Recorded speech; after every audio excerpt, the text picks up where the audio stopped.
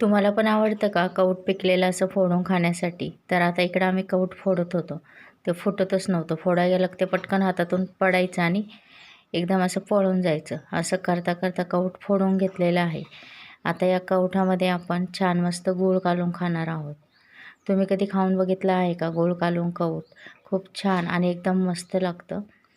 आता इकडे याच्यामधला आपण जो काही गर आहे कवठातला तो सर्व आपल्याला काढून घ्यायचा आहे अशा प्रकारे.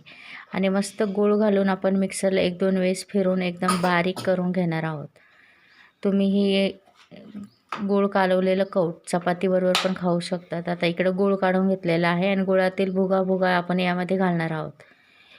अशा पद्धतीने आपण गूळ घालून घेतलेला आहे आणि हे मिक्सरच्या भांड्यामध्ये घालून 1-2 वेळेस फिरून छान मस्त आपली गोड गूळ घालून कवठ बनवून तयार झालेलं आहे आणि आपण हे चपातीबरोबर पण खाऊ शकतो. तुम्ही